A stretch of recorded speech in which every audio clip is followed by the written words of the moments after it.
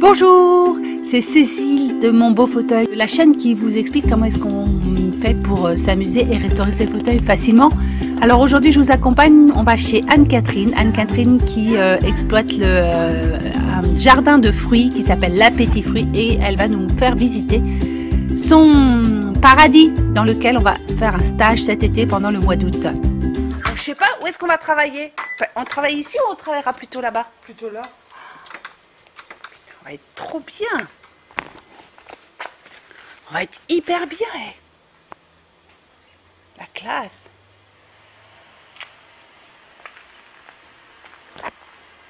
Ils sont où tes fruits? Ils sont où? Je suis en train de te faire...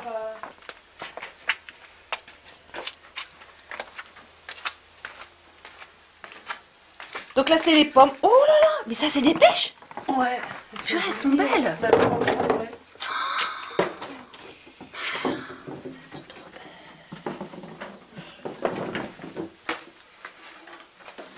Regarde, c'est dommage, hein, c'est une belle pomme. Pourquoi c'est dommage? Elle est un peu... Ah bah, c'est très bien, tu me donnes ça, c'est parfait. Oui, mais les véreuses. Non mais ça, donne-moi les véreuses. Garde les belles. Non mais c'est que des véreuses là. Bah ça tombe bien.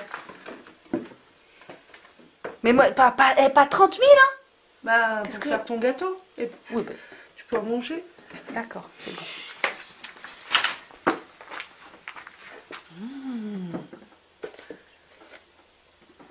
Et il y en a certaines qui font encore. Elles sont trop belles. Je vais aller montrer le verger maintenant. Bah oui.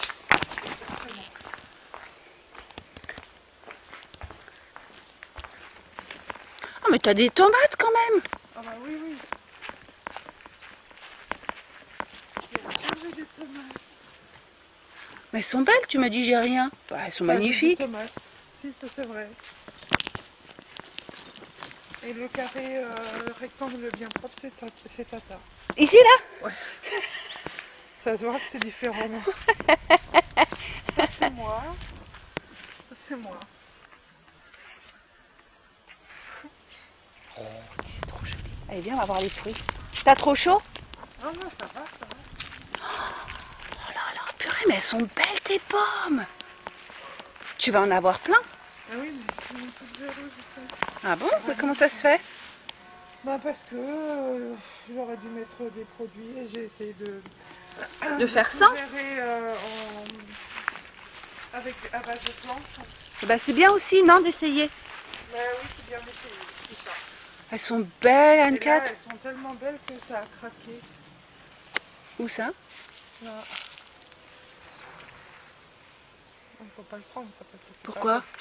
Ça a craqué. Qu'est-ce qui a craqué? Ah, là-haut? Ouais. Oh bah oui, monsieur. Tu vois, elles sont C'est belles. Gilles, il va être content de voir tout ça. Quasiment toutes, Ah, elles c'est ont beau. elles ont été piquées. Donc là, tu as des pommes dans cette allée. Putain, mais t'en as plein de sortes. Hein. Je les avais jamais vues avec les pommes. Bah, moi non plus, hein. Ah bon? Bah non, c'est la première fois. C'est vrai? Vraiment. Ouais. Bon, c'est pour ça que je suis un peu surprise de tout ce qui se passe. De tout ce qu'il y a? Ouais, et comment... Et puis ouais, voilà. Pas très bien géré. À cause de ces trucs, mais non, mais sinon, bien sûr, je suis super contente. Hein. C'est beau. Des petites poires. Donc à l'automne, on va pouvoir venir chercher des poires chez toi. Ouais, voilà.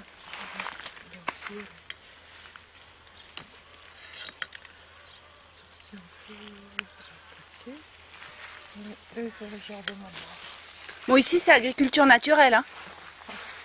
N'est-ce pas? Absolument. C'est comme le vin naturel ici. C'est ça.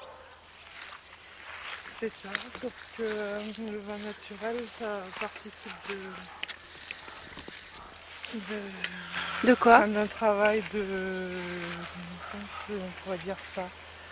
Enfin, il faut fabriquer le vin, alors que moi, mes fruits, je n'ai pas à les fabriquer. J'ai juste à les récolter. Ouais, et alors ça reste quand même de l'agriculture naturelle. Ah bah oui. Donc les nèfles germaniques. Je crois que tu m'as déjà fait goûter ça. Je sais pas. Quand est-ce que c'est mûr? C'est mûr tard, après les gelées. Ah d'accord, c'est un truc d'hiver. Ouais, ça se mange blette. Blette? Ouais. Ça veut dire quoi? Quand c'est mou. D'accord. Et on en fait surtout là de la confiture. Ok. Ah, et là c'est dur. Et ça va grossir encore? Un petit peu. Pas énorme. Et t'as dit ça s'appelle des? Des nèfles germaniques. Nèfles. Nèfles. Nèfles. Ah, et regarde là, il y a une jolie surprise. Il y a quoi? Ça c'en est une? Non, ça c'est des kakis. Ah, Du plaque minier. du plaque minier, ça veut dire quoi? Le plaque, enfin le nom, c'est le nom de l'arbre. L'arbre, ça s'appelle un plaque minier et les fruits qu'il fait, ce sont des kakis. Ok.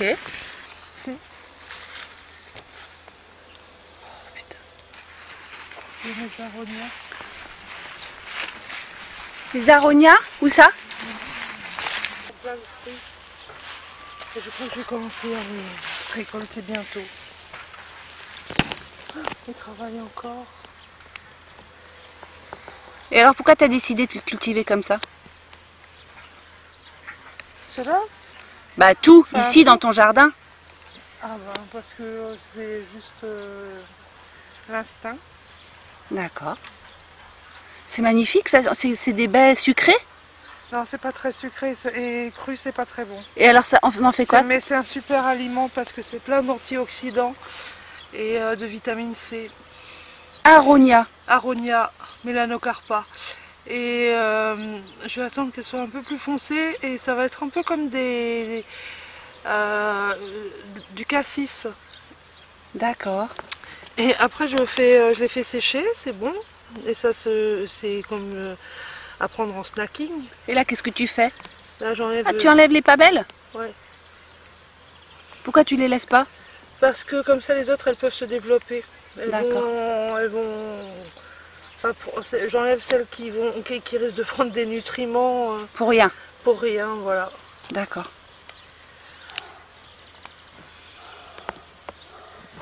C'est un peu astringent quand tu les manges comme ça. Mais tu peux en goûter. En cru?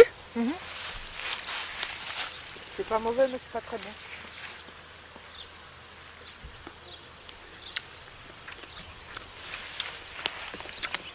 Ah, j'aime bien, ça sèche la bouche. C'est ça que tu appelles astringent, je pense. Peut-être. Comment on peut dire ça? C'est un peu âpre comme ça. C'est âpre. Ah ouais, c'est bon. J'adore moi. Et c'est très... ça colore beaucoup aussi. C'est le jus. Et je crois qu'on l'utilise notamment dans la grenadine, tu peux en trouver. Dans le sirop de grenadine. D'accord.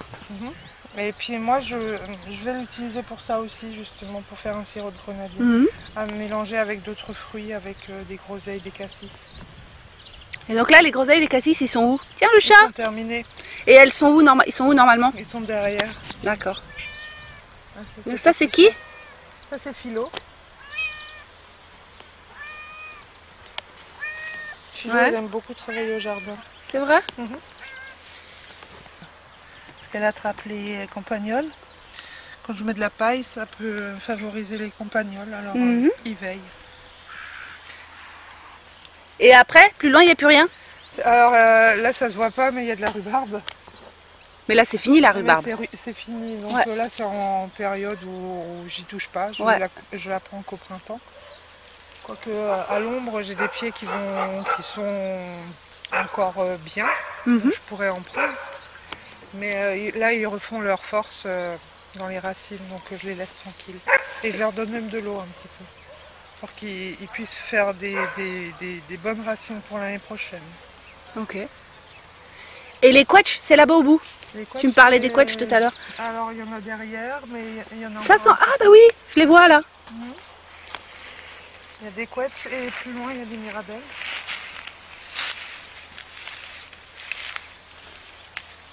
C'est de la quetch dente. La quetch dente, c'est celle qu'on... La quetch comment? Dente. D'accord. Donc du sud-ouest. Pourquoi tu les cueilles? Elles sont pas mûres? Oh, mais elle m'est restée dans les doigts. Non, elles D'accord. sont pas mûres. Et Et elles sont bien pour faire du pruneau, le pruneaudage. Ah, et ça, c'est des arbres que tu as plantés récemment? Il y a 4 ans. Ah, il y a 4 ans. Et là, cet été-là, tu as planté des arbres, mais c'est pas ici? Des haies. Ah oui, voilà, c'est ça. Pour le futur verger. Ouais, ouais. Qui serviront d'abri pour auxiliaire. Abri pour auxiliaire, ça veut dire quoi? Ben, dans les haies, ouais. Il y aura un tas de petites bêtes qui vont venir polliniser, ou il va y avoir aussi des insectes qui vont se nourrir d'insectes que je ne voudrais pas avoir dans mes arbres, dans mes fruits. Donc voilà, enfin pour que ça se régule tout ça. Si je mets que des arbres, des fruitiers, il va y avoir des insectes qui vont venir les coloniser.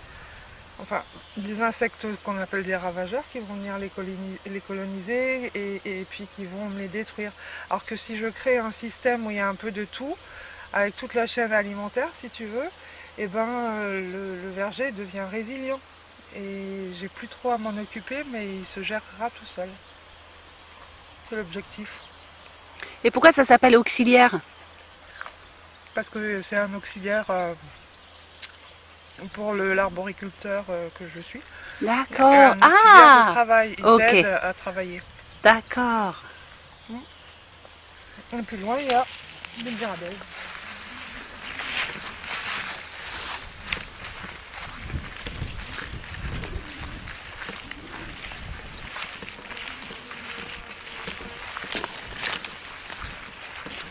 Waouh, elles sont trop belles.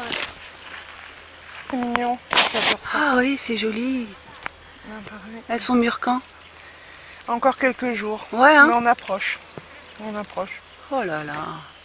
Et la mirabelle de Nancy, là aussi, c'est véreux. Mirabelle de Nancy. Ouais. Et il y a de la mirabelle d'où alors sinon? De Metz. C'est Metz ou Nancy. Ah d'accord. Et là, ici, t'as que Nancy. J'ai choisi de prendre que des mirabelles de Nancy. Et pourquoi ça? Parce que je voudrais pas créer de polémique, mais je pense qu'elles sont meilleures. En tout cas, à chaque fois qu'on va quelque part, elle goûte quelque chose, elle. C'est important que je fasse ça. Ouais, c'est vrai. Pour que je sache où on en est. Que je puisse estimer à quel moment je vais pouvoir les cueillir. Parce que ça, c'est comme tout ça, c'est nouveau. J'ai eu quand même pas mal de fruits cette année que j'avais jamais. Et à quel moment c'est opportun de les cueillir pour que je puisse prévenir Jackie, lui dire la semaine prochaine j'aurai ça et ça. Et puis voilà. Jackie, c'est le monsieur chez qui tu vends les fruits, quoi. Ouais. Et parce que les autres années, là, les mirabelles, elles n'ont pas donné. Peut-être que j'avais juste. Elle a fait ça veut dire non. Ça veut dire non. Et en fait, j'en avais quelques-unes. Je pense que j'ai fait 2 mini-tartes pour moi. Ah d'accord. Mais là, c'est. Mais là, cette année, ça a l'air d'avoir donné quand même. Hein. Ouais. Il y en a pas mal. Hein.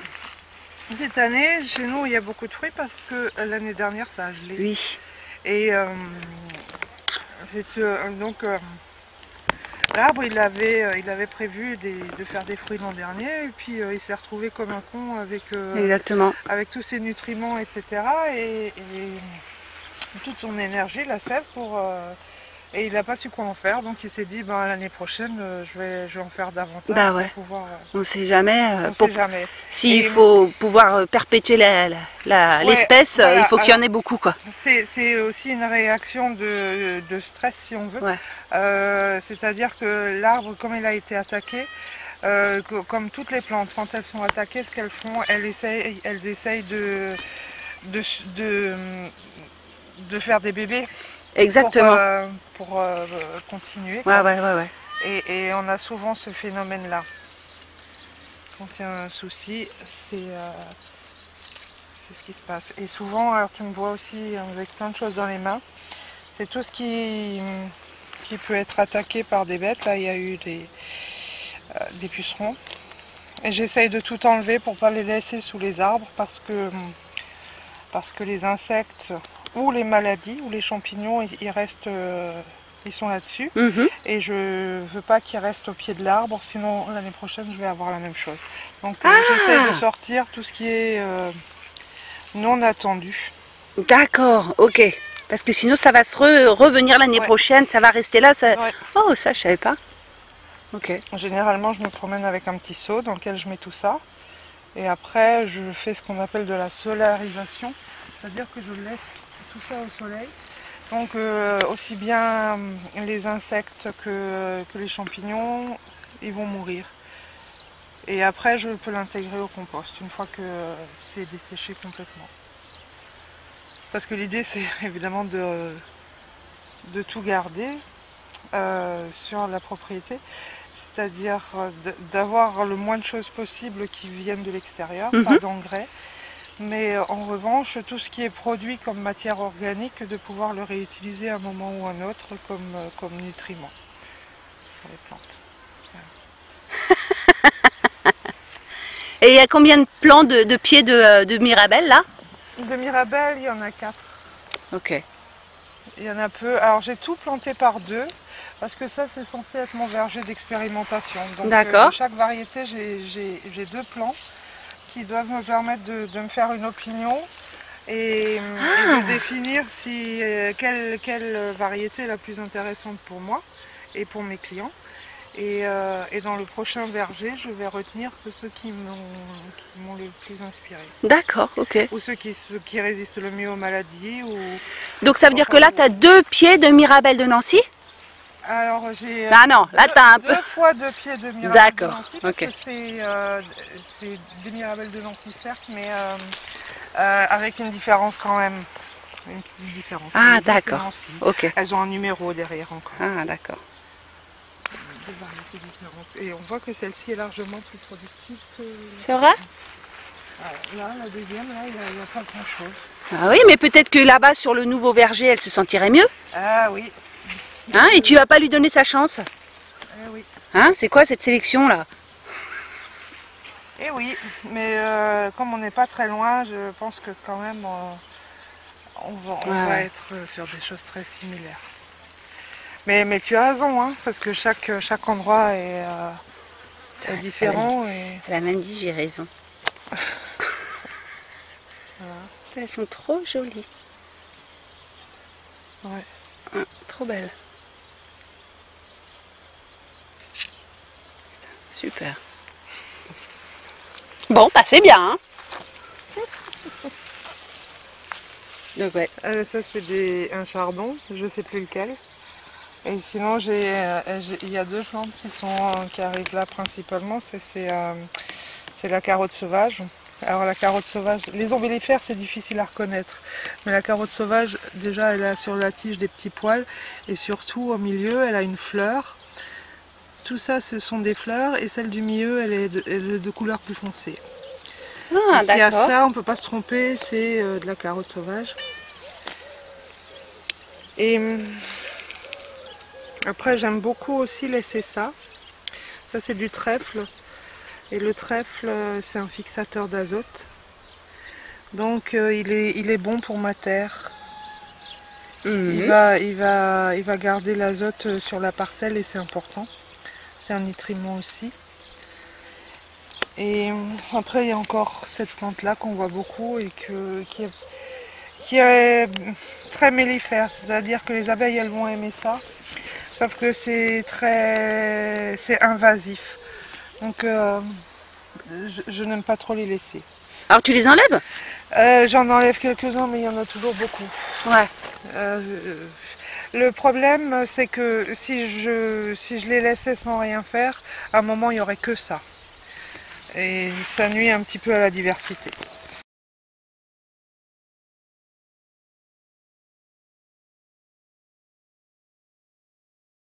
Alors là c'est du nashi. Ça s'écrit comment? N-A-S-H-I. Et ça ressemble un peu à une pomme, c'est rond comme une pomme, mais la chair elle ressemble à celle de la poire. On peut aussi l'appeler pomme poire. Je suis en train d'en manger une, c'est super bon. Et c'est pas un hybride, c'est pas un mélange des deux, c'est vraiment un fruit à part entière. Et qui vient d'où? Je suppose d'Asie, mais je suis pas sûre. On peut en faire des tartes aussi.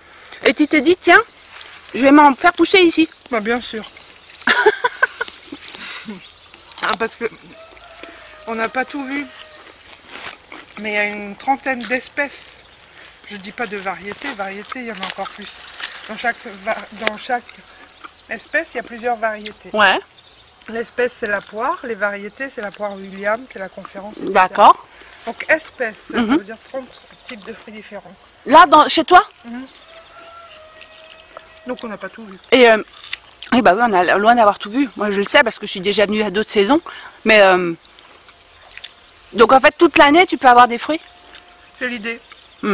À proposer, quoi. On commence en mois de... disons début avril avec la rhubarbe. Et je termine l'année avec les kakis, les nèfles et les kiwis que tu n'as pas vu. Les kiwis sont très beaux, on va les voir. Ouais, on va voir les kiwis.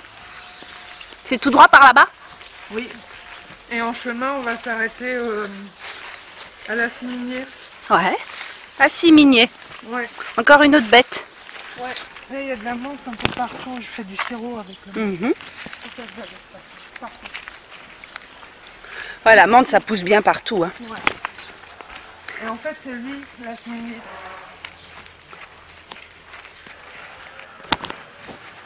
Oh oui, on voit son fruit.